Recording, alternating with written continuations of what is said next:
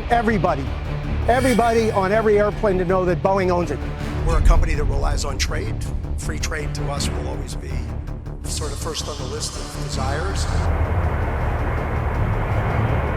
For more than a decade, Boeing has quietly worked on one of the most anticipated aircraft programs in modern aviation history. We own our supply chain, we own Spirit, we own the results of our work. A jet designed to fill a crucial gap in the global fleet.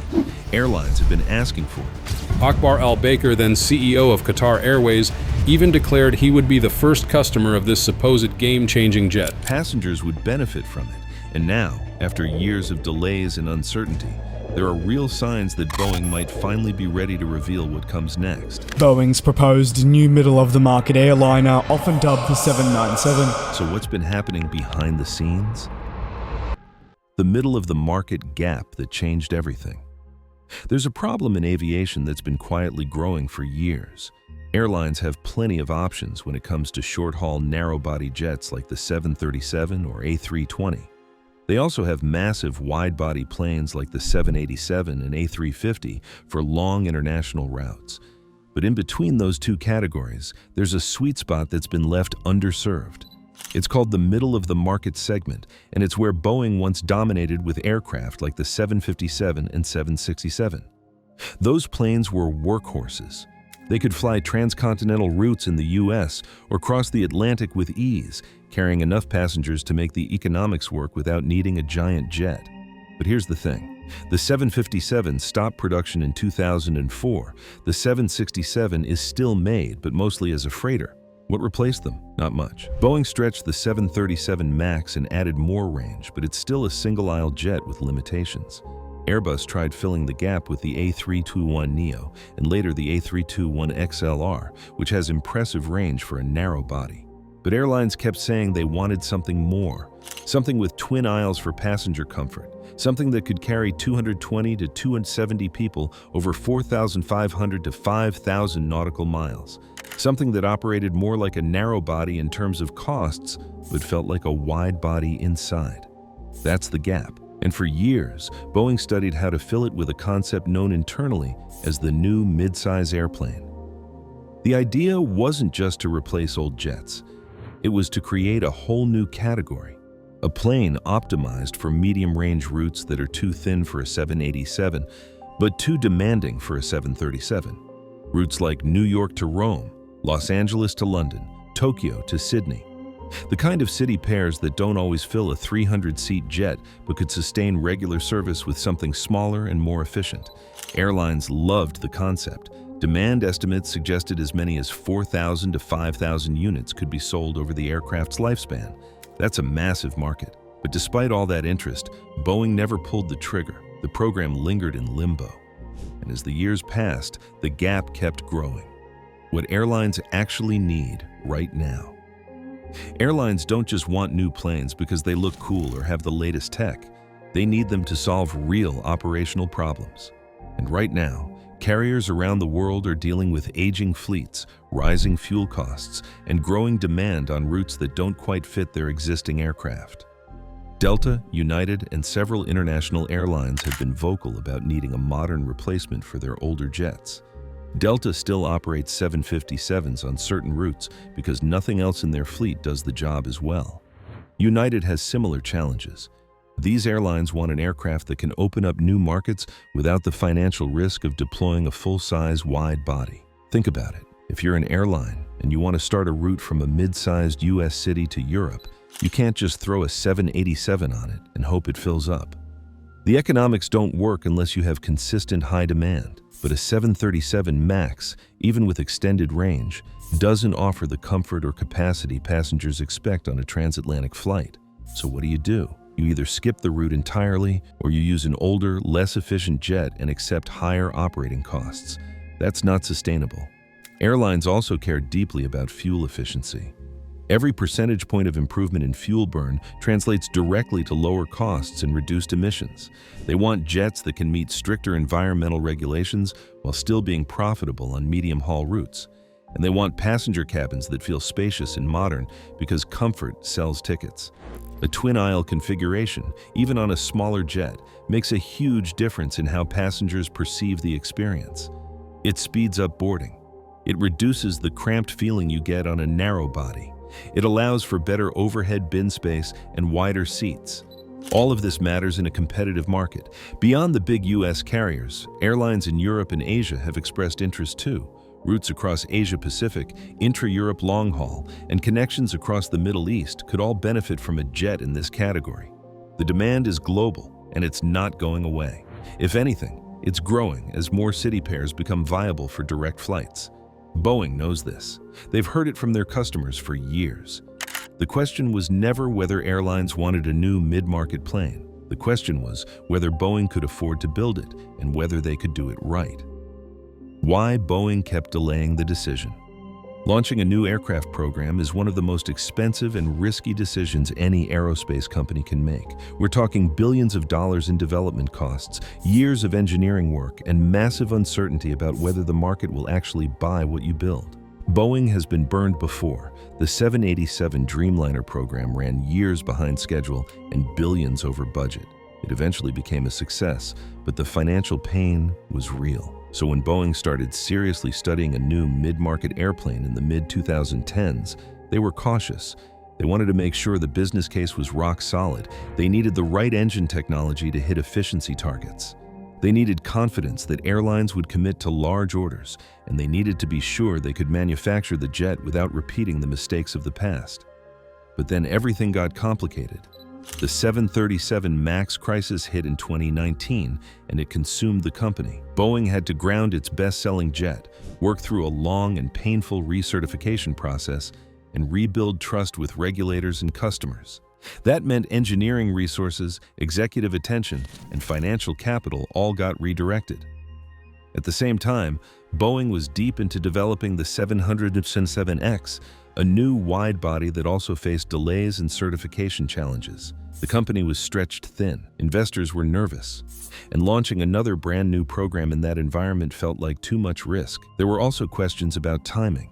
If Boeing launched the program too early, they might miss out on better engine technology that was just a few years away. If they waited too long, Airbus could dominate the middle market with the A321XLR. It was a tough balancing act.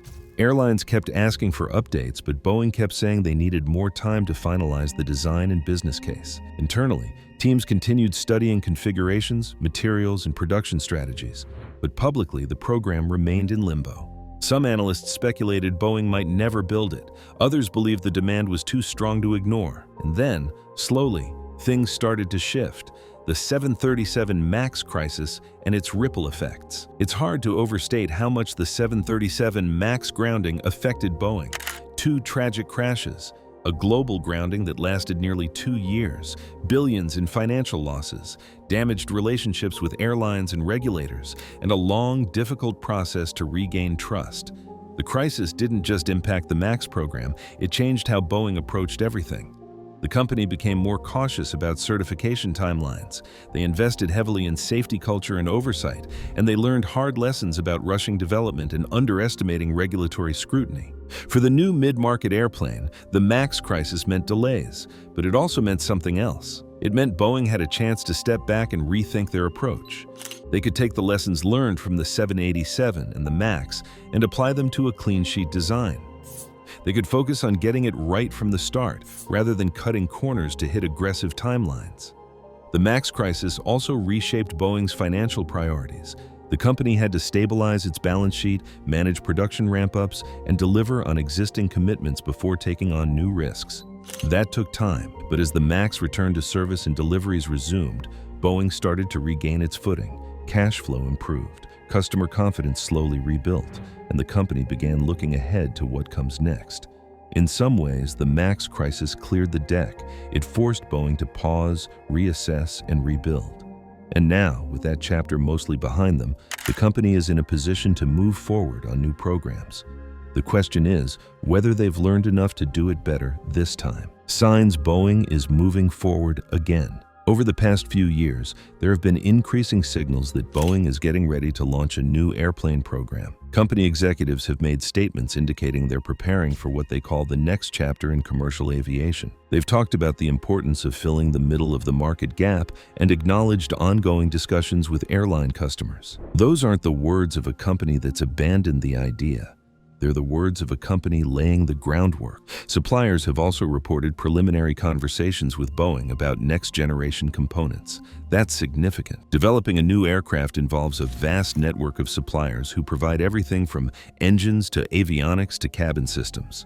If Boeing is reaching out to those partners, it means they're moving beyond internal studies and starting to build the foundation for a real program. Boeing's Washington factories have been identified as potential production sites. The company has invested in upgrading facilities and refining manufacturing techniques based on lessons learned from the 787 program. Digital tools, automation, and advanced materials are all part of the strategy to make production more efficient and less prone to the delays that plagued earlier programs.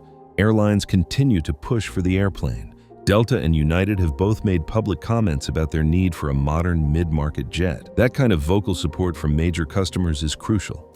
It signals to Boeing that the demand is real and that airlines are willing to commit once the program launches. There's also competitive pressure. Airbus has been aggressively marketing the A321XLR, which began deliveries recently. The XLR can't do everything a true mid-market twin-aisle could do, but it's capturing orders and proving there's a market. Boeing can't afford to cede that space entirely. They need a response. Industry analysts have noted that Boeing's timeline for launching a new program aligns with broader market dynamics. Airlines will soon begin placing large fleet orders for the 2030s and beyond. If Boeing wants to be part of those conversations, they need to have a product to offer. All of these factors suggest that Boeing is moving closer to a formal reveal. The pieces are falling into place. The question now is when, not if. What the 797 design could actually look like.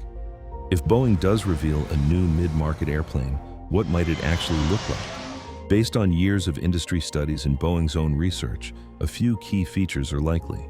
First, it would almost certainly be a twin-aisle aircraft. That's one of the main differentiators from the 737 or A321. A twin-aisle cabin allows for better passenger comfort, faster boarding, and a more premium feel, even on a smaller jet. The fuselage would likely use advanced composite materials, similar to the 787. Composites are lighter and more resistant to fatigue, which translates to better fuel efficiency and lower maintenance costs over the aircraft's lifespan. Seating capacity would probably fall in the range of 220 to 270 passengers, depending on configuration. That's large enough to be useful on a wide variety of routes, but small enough to keep operating costs down. Range would be a critical spec. Airlines want something that can comfortably fly 4,500 to 5,000 nautical miles. That covers most transatlantic and transcontinental routes, plus many intra-Asia and Asia-Pacific city pairs. It's long enough to open up new markets without needing a massive jet. The cross-section of the fuselage might be unconventional. Some design studies have explored what's called a hybrid oval shape. It's wider than a narrow body, but not as wide as a traditional wide body. The goal is to maximize interior space while keeping external dimensions efficient. This kind of design could allow for flexible seating arrangements, from standard economy to premium economy and business class. Boeing would also focus heavily on aerodynamics. Winglets, optimized wing shapes, and other refinements can all contribute to better fuel burn and range. The company has decades of experience in this area, and they'd apply the latest research to make the aircraft as efficient as possible.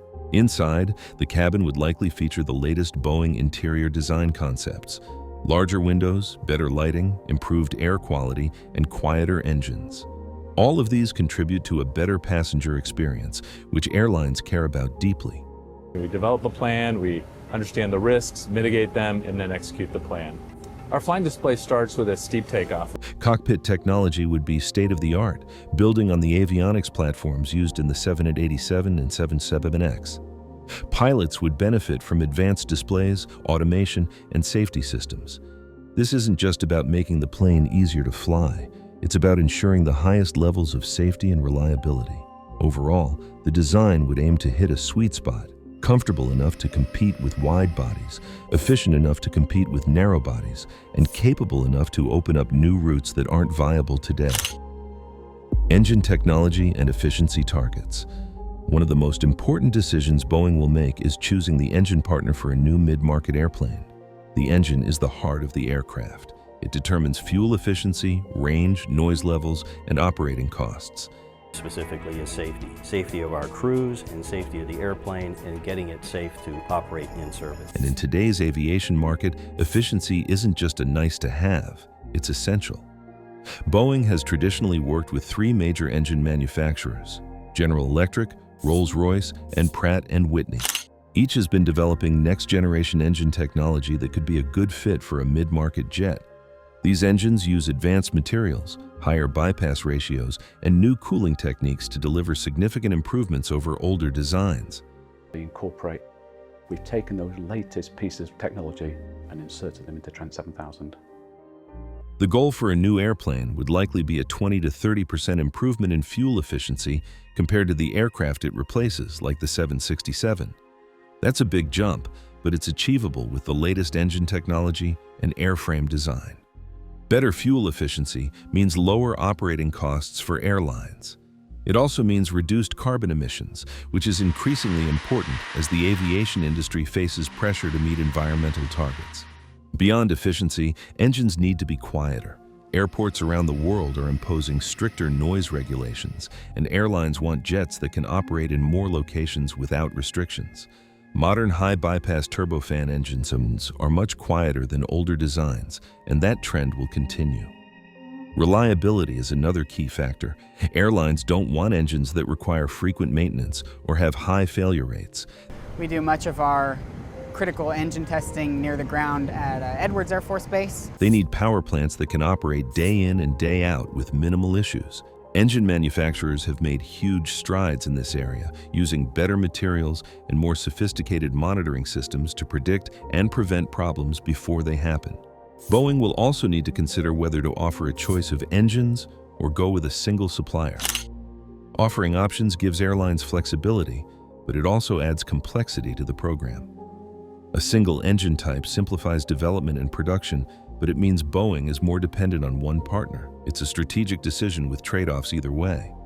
Whatever engine Boeing chooses, it will be a critical part of the airplane's value proposition. Airlines will scrutinize the performance data closely, and if the efficiency targets aren't met, the whole program could struggle to gain traction. Manufacturing and production strategy. Building a new airplane isn't just about designing it. It's about figuring out how to manufacture it efficiently, at scale, and with consistent quality. Boeing has learned this lesson the hard way. The 787 program suffered from major production problems, including delays, supply chain issues, and quality control challenges. Those mistakes cost the company billions and damaged its reputation. For a new mid-market airplane, Boeing would apply the lessons learned. That means using digital design and manufacturing tools from the start. It means tighter integration with suppliers and more rigorous oversight of quality. And it means planning production ramp-up carefully to avoid the bottlenecks that plagued earlier programs. Boeing's factories in Washington State are likely candidates for final assembly. The company has invested in upgrading these facilities with automation and advanced tooling. The goal is to reduce the time it takes to assemble each aircraft and minimize the risk of defects. Supply chain management will be critical. Modern aircraft rely on thousands of parts from suppliers around the world. Coordinating all of that requires sophisticated logistics and strong relationships with partners.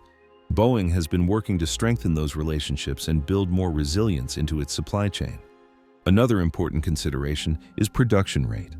Boeing needs to balance the desire to ramp up quickly with the need to maintain quality. Pushing too hard can lead to mistakes. Moving too slowly can frustrate customers and leave money on the table. Finding the right pace is an art as much as a science. The company will also need to think about where the airplane fits in its overall production system. Boeing is still ramping up 737 MAX production and working through 777X certification. Adding a new program into the mix requires careful planning to avoid overloading factories and workers. If Boeing can get the manufacturing strategy right, it will be a huge competitive advantage. Airlines want airplanes delivered on time and built to the highest standards. And investors want to see that Boeing can execute a major program without the cost overruns and delays of the past. How Airbus forced Boeing's hand. For years, Airbus has been steadily encroaching on the middle of the market segment. They didn't sit around waiting for Boeing to act. Instead, they stretched the A321 into the A321neo, and then took it even further with the A321XLR. The XLR stands for Extra Long Range, and it's designed to fly up to 4,700 nautical miles. That puts it squarely in the territory Boeing once owned with the 757. Airlines love the A321XLR because it's efficient, relatively cheap to operate, and versatile. It can fly transatlantic routes or long domestic segments, and it does so with a single-aisle cabin that's easier to fill than a twin-aisle jet. Airbus has racked up hundreds of orders, and deliveries began recently. That success hasn't gone unnoticed at Boeing. While the A321XLR isn't a perfect replacement for a true mid-market twin-aisle, it's good enough to capture a lot of orders that might have gone to a Boeing airplane. That's a problem. If Boeing doesn't offer a competitive alternative, they risk losing market share in a crucial segment. Airbus has also been talking about potentially developing a new airplane of their own to sit above the A321XLR. Industry watchers have speculated about an A322 or some other designation. If Airbus moves forward with that, Boeing would be even further behind. The competitive pressure is real. Airlines are making fleet decisions now that will shape the market for decades. If Boeing wants to be part of those decisions, they need to act. The A321XLR forced Boeing's hand in a way that internal studies and airline requests couldn't. It proved that the market exists and that customers are willing to buy. Now Boeing has to decide whether to fight back or cede the middle market to Airbus. For a company that has always prided itself on innovation and leadership, that's not a choice they can ignore. Why 2026 makes strategic sense for a reveal. Timing is everything in the aircraft business. Reveal a program too early, and you risk committing to technology that will be outdated by the time the plane enters service. Wait too long, and competitors capture the market. So why would 2026 make sense for Boeing to reveal a new mid-market airplane? It's a balance between being forceful and being gentle. We want to be forceful to get the airplane. First, it aligns with the broader market cycle.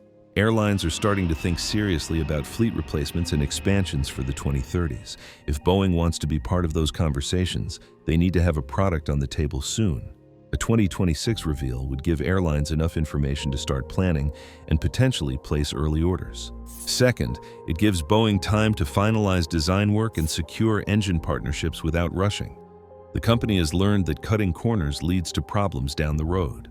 A 2026 timeline allows for thorough development and testing before committing to production. Third, it positions Boeing to respond to Airbus. The A321XLR is already in service, and Airbus is gaining momentum. A 2026 reveal would show that Boeing has a plan and is ready to compete. It would reassure customers that Boeing isn't abandoning the middle market. From an investor perspective, a new program would signal that Boeing is moving forward and planning for long-term growth. After years of crisis management and recovery, that's a message the market wants to hear. And finally, a 2026 reveal fits the typical development cycle for a new aircraft. If Boeing reveals the program in 2026, they could realistically aim for first flight in the early 2030s and entry into service later that decade. That's a long timeline, but it's consistent with how these programs usually unfold. Aviation doesn't stand still.